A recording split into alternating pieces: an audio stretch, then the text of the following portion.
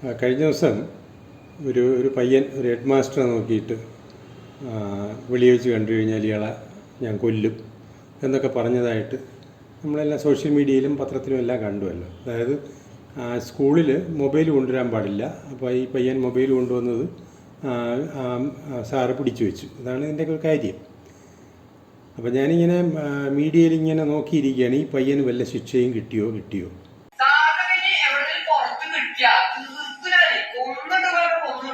ശിക്ഷ കിട്ടിയതായിട്ട് ഒന്നും കണ്ടില്ല. എന്ന് മാത്രമല്ല, ഹെഡ് മാസ്റ്റർ റിപ്പീറ്റഡായിട്ട് ഇങ്ങനെ ആണായിട്ട് പറയുകയാണ്, ഞാൻ ആ പയ്യനെ ഇത് കാരണം യാതൊരു ശിക്ഷയും കൊടുക്കാൻ ഉദ്ദേശിക്കുന്നില്ല, PTA ഉദ്ദേശിക്കുന്നില്ല.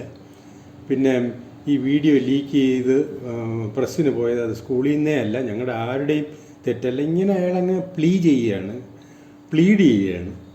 മാധ്യമങ്ങൾക്ക് അറിയേണ്ടത് ഈ വീഡിയോ ലീക്ക് ചെയ്തത് എങ്ങനെ, വീഡിയോ ലീക്ക് ചെയ്ത് ഈ പയ്യനെ എന്തിന് പീഡിപ്പിച്ചു, ഇവന് ശിക്ഷ കിട്ടിയോ, ഇവൻ ചെയ്ത കുറ്റം അതിന് ശിക്ഷ കിട്ടിയോ, അത് മീഡിയയ്ക്ക് യാതൊരു കൺസേണും അല്ല. എൻ്റെ അഭിപ്രായത്തിൽ തെറ്റ് ചെയ്താൽ ശിക്ഷ കിട്ടിയേ മതിയാവും.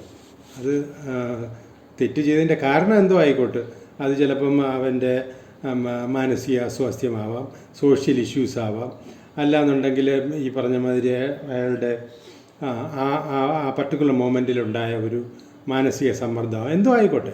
പക്ഷെ ചെയ്തു കഴിഞ്ഞ കുറ്റത്തിന് ശിക്ഷ കിട്ടിയേ മതിയാവും.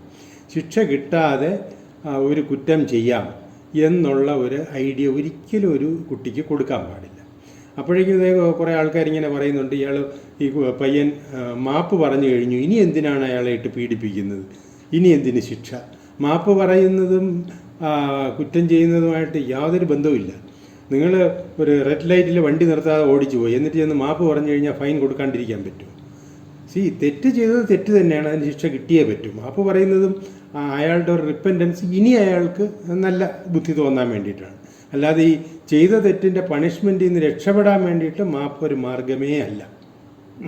പിന്നെ ഈ തെറ്റിലേക്ക് നയിച്ച കാര്യങ്ങൾ കണ്ടെത്തി റെക്ടിഫൈ ചെയ്യണ്ടേ എന്ന് ചോദിച്ചാൽ വേണം. പക്ഷേ അത് ഇനിയും തെറ്റ് വരാതിരിക്കാനാണ്. അല്ലാതെ ഈ ചെയ്ത തെറ്റിൻ്റെ കുറ്റം മാറ്റി ശിക്ഷ ഇല്ലാതാക്കാനല്ല. അത് വളരെ വളരെ ക്ലിയർ ആയിരിക്കണം. ഈ ചെറിയ കുറ്റം മാത്രമല്ല, ഈ ടെററിസ്റ്റുകൾ ആളുകളെ തട്ടിക്കൊണ്ടുപോയി കൊന്നുകളയുകയൊക്കെ ചെയ്യുമ്പോൾ പോലും ഇമാതിരിയുള്ള ഒരു ജസ്റ്റിഫിക്കേഷൻ, കാരണം കണ്ടെത്തി ആ കാരണം കൊണ്ട് ചെയ്തതുകൊണ്ട് ഇത് കുറ്റമല്ല എന്ന് പറയാനൊരു ടെൻഡൻസി വരുന്നു എന്നുള്ളത് വലിയ ദുഃഖകരമായി, എന്നെ സംബന്ധിച്ച് വലിയ ദുഃഖം ഉണ്ടാക്കുന്ന ഒരു കാര്യമാണ്. ഈ ടെററിസത്തിലേക്ക് നയിച്ച കാരണം അതിന് എന്ത് പരിഹാരം, അത് ഇനിയും ഈ സംഭവം വരാതിരിക്കാനുള്ള നടപടിക്രമമാണ്. അല്ലാതെ ഇവൻ ചെയ്ത തോന്നിയാസത്തിനുള്ള ഒരു ജസ്റ്റിഫിക്കേഷനേ അല്ലത്. നമ്മുടെ ഈ ചെറുപ്പക്കാരും കുട്ടികളും ചീത്തയാവണതിൻ്റെ പ്രധാന കാരണം നമ്മൾ മുതിർന്നവരാണ്. ഈ ബുദ്ധി ലവലേശം തൊട്ട് തേച്ചിട്ടില്ലാത്ത ജീവികൾ, ഈ ബുദ്ധി ലവലേശം ഇല്ലാത്ത ജീവികളെ നീട്ടി പറയാൻ ബുദ്ധിമുട്ടായതുകൊണ്ട് നമ്മളിങ്ങനെ ബുദ്ധിജീവികളെന്ന് പറയാം. ഇവന്മാരുടെ എല്ലാ തെമ്മാടിത്തനത്തിനും ന്യായീകരണമായിട്ട് വരും. കാരണം ഇവർ ഒരേ രീതിയിൽ റോബോട്ടിക്കായിട്ട് മാത്രം ചിന്തിക്കാൻ പ്രോഗ്രാം ചെയ്തിട്ടുള്ള തലച്ചോറാണ് ഇവർക്കൊക്കെ. അത് അവരുടെ പാർട്ടിക്കാരായിരിക്കാം, അവരുടെ മതമായിരിക്കാം, അവരുടെ ഫാമിലി ആയിരിക്കാം. അവരെ ജസ്റ്റിഫൈ ചെയ്യാതെ ഇവർക്ക് സംസാരിക്കാൻ അറിഞ്ഞുകൂടാ. നമ്മൾ തിരഞ്ഞെടുത്ത് അയക്കുന്ന രാഷ്ട്രീയ പാർട്ടികൾ തന്നെ തോന്നിയാസം ചെയ്തു കഴിഞ്ഞാൽ ഈ ന്യായീകരണ തൊഴിലാളികൾ ചാടി വീഴും ന്യായീകരിക്കാനായിട്ട്. എന്നാൽ ഇത് തെറ്റാണ് എന്ന് ബോധ്യമുള്ള ആരും ഇതൊട്ട് പറയത്തുമില്ല. അപ്പോൾ അതുകൊണ്ട് എന്ത് സംഭവിക്കും, അത് സോഷ്യൽ നോമായി മാറും. ഇത് കണ്ടാണ് നമ്മുടെ കുട്ടികൾ വളരുന്നത്. അപ്പോൾ അവരെ സംബന്ധിച്ചും അതാണ് സോഷ്യൽ നോം. ഒരു കുറ്റവാളിയെ പിടിച്ചു കഴിഞ്ഞാൽ അവൻ്റെ വ്യക്തി സ്വാതന്ത്ര്യത്തിന് പ്രശ്നമുണ്ടോ, അവന് ആവശ്യമായ സംരക്ഷണം കിട്ടുന്നുണ്ടോ, ജയിലിൽ എങ്ങനെയുണ്ട്, അവന് ജാമ്യം കിട്ടിയോ, ഇതൊക്കെ തിരക്കാനായിട്ട് എന്തൊരു ആൾക്കാരാണ് ഈ ബുദ്ധിശൂന്യന്മാരായ ഈ ജീവികൾ കാണിക്കുന്നത്. എന്നാൽ ഇവൻ്റെ ആക്രമണത്തിൽ പരിക്കേൽക്കുകയോ മരിക്കുകയോ ചെയ്ത ആ വിക്ടിമിനെ പറ്റി ഒരക്ഷരം ആരെങ്കിലും മിണ്ടുന്നുണ്ടോ? ആർക്കും അതൊന്നും വേണ്ട. ഈ തെറ്റ് ചെയ്തവനെ എങ്ങനെ നമുക്ക് ഗ്ലോറിഫൈ ചെയ്യാം, അവനെ എങ്ങനെയൊക്കെ സംരക്ഷിക്കാം, അതിൻ്റെ കൂട്ടത്തിൽ ഈ വിക്ടിമിനെ സംരക്ഷിക്കാൻ വല്ലതും കൂടെ ചെയ്താൽ മനസ്സിലാക്കാം. ഇത് വിക്ടിമിനെ പറ്റി പിന്നെ യാതൊരു ചിന്തയില്ല. അവനെന്തോ സംഭവിച്ചോട്ടെ, ഇവൻ ഈ കൊലയാളി അവന് എന്തൊക്കെ സംരക്ഷണം കിട്ടുന്നുണ്ട്. ഇതാണ് ഈ തിരക്കാനുള്ള ഒരു വ്യഗ്രത.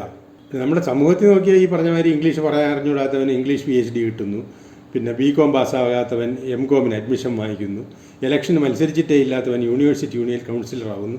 ഇതൊക്കെ ഈ സമൂഹത്തിൽ നടക്കുന്നു, ശിക്ഷിക്കപ്പെടുന്നില്ല, അതൊരു കുറ്റമായിട്ട് കാണപ്പെടുന്നില്ല. അപ്പോൾ നമ്മുടെ കുട്ടികൾ എന്താ കണ്ടു വളരുന്നത്? ഇതാണ് സോഷ്യൽ നോം. അപ്പോൾ ഇതേ സംഗതികൾ അവർക്ക് കിട്ടിയില്ലെങ്കിൽ അവർ കോപാകുലരാകും. ഇവർ വളർന്നു വലുതായി മുതിർന്നവരാകുമ്പോഴും അവർ ഇതേ സംഗതികൾ പ്രതീക്ഷിക്കും. അതായത് തെറ്റിന് ശിക്ഷിക്കപ്പെടാതെയാണ് ഈ കുട്ടികൾ വളർന്നു വരുന്നത്. അപ്പോൾ മുതിർന്നവരായാലും അവർ തെറ്റ് ചെയ്യും, അതിൽ ശിക്ഷിക്കപ്പെടാൻ അവർ ആഗ്രഹിക്കുന്നില്ല, ശിക്ഷിക്കപ്പെടില്ല എന്നാണ് അവർ വിചാരിക്കുന്നത്. ഈയൊരു ചിന്താഗതി വളർത്തിയെടുത്തത് ആരാണ്? നമ്മൾ, ഈ മുതിർന്നവർ. അപ്പോൾ ഇവരൊരു വളർന്നു വലുതായി സമൂഹത്തിലോട്ട് ഇഴുകി ചേരുമ്പോൾ എന്താ സംഭവിക്കുക? നേരത്തെ ഇവരുടെ അധ്യാപകർ അല്ലെങ്കിൽ ഇവരുടെ ഫാമിലിയൊക്കെ ആയിരുന്നു. അപ്പോൾ അതുകൊണ്ട് തന്നെ ഇവരുടെ തെറ്റുകൾ അവഗണിക്കപ്പെടുകയും സഹിക്കപ്പെടുകയും അതിന് ശിക്ഷ കിട്ടാതിരിക്കുകയും ചെയ്യുന്നു. പക്ഷേ അങ്ങനെ ഇനി സമൂഹത്തിലെ ബാക്കിയുള്ളവരങ്ങനെ ചെയ്യണമെന്നുണ്ടോ? അപ്പോൾ അവർ ചിലപ്പോൾ ഇതിനെ എതിർക്കും, ഇവൻ ചെയ്യുന്ന തോന്നിയാസങ്ങളെ എതിർക്കും. അപ്പോൾ ഒന്നുകിൽ ഇവൻ കോപാകുലനാവും, അല്ലെങ്കിൽ ഇവൻ ഇത് പിടിച്ചു നിൽക്കാൻ വയ്യാതെ ആത്മഹത്യ ചെയ്യും. ഈ കുട്ടികൾ ആത്മഹത്യ ചെയ്യുന്നതിൻ്റെ കാരണം അവരെ സമയാസമയങ്ങളിൽ ശിക്ഷിച്ച് വളർത്താത്ത മുതിർന്നവരുടെ കുറ്റമാണ്. ആത്മഹത്യ ചെയ്യുമ്പോൾ മാത്രം ഓരോരോ കാരണം പറഞ്ഞ് വിലപിച്ചിട്ട് കാര്യമൊന്നുമില്ല. ഇപ്പോൾ എന്ത് പറഞ്ഞാലും കുറേ പുതിയ ടേംസ് അങ്ങ് പറയും, പാരൻറ്റിങ്, കൗൺസിലിംഗ്. ഇതിൻ്റെ ഒന്നും ഒരു കാര്യമില്ല. You go by your natural instinct, that will take care of it.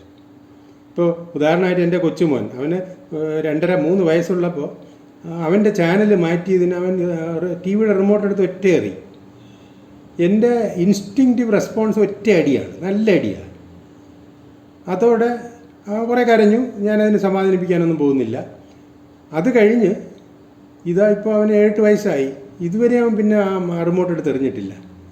അപ്പോൾ എന്ന് വെച്ചിട്ട് ഞങ്ങൾ സ്നേഹിതരല്ലെന്നല്ല, ഇപ്പോഴും വളരെ കൂട്ടാണ് ഞങ്ങൾ. പക്ഷേ കൂട്ടെന്ന് പറഞ്ഞു കഴിഞ്ഞാൽ എല്ലാ തോന്നിയാസങ്ങൾക്കും സപ്പോർട്ടെന്നല്ല. തോന്നിയാസം കാണിച്ചു കഴിഞ്ഞാൽ അടി കിട്ടും, കിട്ടേണ്ടിടത്ത് കിട്ടിയേ മതിയാവും, എങ്കിൽ മാത്രമേ കുട്ടികൾ നന്നാവുള്ളൂ. ഈ കുട്ടികളെ ഒന്നും തുടരുത്. അവർക്ക് മാനസിക എന്താ പറയുക, ഇഞ്ചുറി പറ്റും. അവർക്ക് ഈ വളർന്ന് വലുതായി സമൂഹത്തിൽ ചെല്ലുമ്പോൾ അവർ പലതരം ആൾക്കാരുമായിട്ട് ഇടപെടണം. അതുകൊണ്ട് തന്നെ ഈ മാനസിക ഇഞ്ചുറികളൊക്കെ അവിടെ വീണ്ടും വീണ്ടും പറ്റാനുള്ളതാണ്. അത് വീണ്ടും പറ്റുമ്പോൾ അവർ ഒരു കട്ടിയുള്ള മനസ്സുള്ളവരായി കഴിഞ്ഞിരിക്കണം, അല്ലെങ്കിൽ ഈ ആത്മഹത്യയിലോട്ട് പോകും. അതുകൊണ്ട് നമുക്ക് കുട്ടികൾക്ക് കൊടുക്കാനുള്ള സിഗ്നൽ, ഒരു കുറ്റം ചെയ്തു കഴിഞ്ഞാൽ ശിക്ഷയില്ലാത്ത ഒരവസ്ഥയില്ല. അത് ചെറിയ ശിക്ഷയാവാം, വലിയ ശിക്ഷയാവാം, പക്ഷേ ശിക്ഷ കിട്ടിയിരിക്കും. അത് കഴിഞ്ഞ് ഈ പറഞ്ഞ മാതിരി ഈ കുട്ടിക്ക് കുറ്റം ചെയ്യാനുണ്ടായ സാഹചര്യങ്ങൾ വിശകലനം ചെയ്ത് അതിന് വേണ്ട പരിഹാരമൊക്കെ ചെയ്യും, അത് വേറെ കാര്യം. പക്ഷേ ചെയ്ത തെറ്റിന് ശിക്ഷയില്ലാത്ത ഒരവസ്ഥയില്ല. അങ്ങനെ ഒരു രീതിയിൽ മാത്രമേ കുട്ടികൾ വളരാവുള്ളൂ. പിന്നെ ഈ ന്യായീകരണ തൊഴിലാളികളോട് എനിക്ക് പറയാനുള്ളത്, നിങ്ങൾ ഈ എല്ലാത്തിനെയും ന്യായീകരിച്ച് നടക്കാൻ നിൽക്കണ്ട. നിങ്ങളെല്ലാവരും സ്വയം നന്നാവുക, അത് കണ്ട് ബാക്കിയുള്ളവരങ്ങ് നന്നായിക്കോളും. അല്ലാതെ നിങ്ങളൊരു എന്താ പറയുക, പള്ളിയിലെ അച്ഛൻ്റെ റോളൊന്നും എടുക്കണ്ട.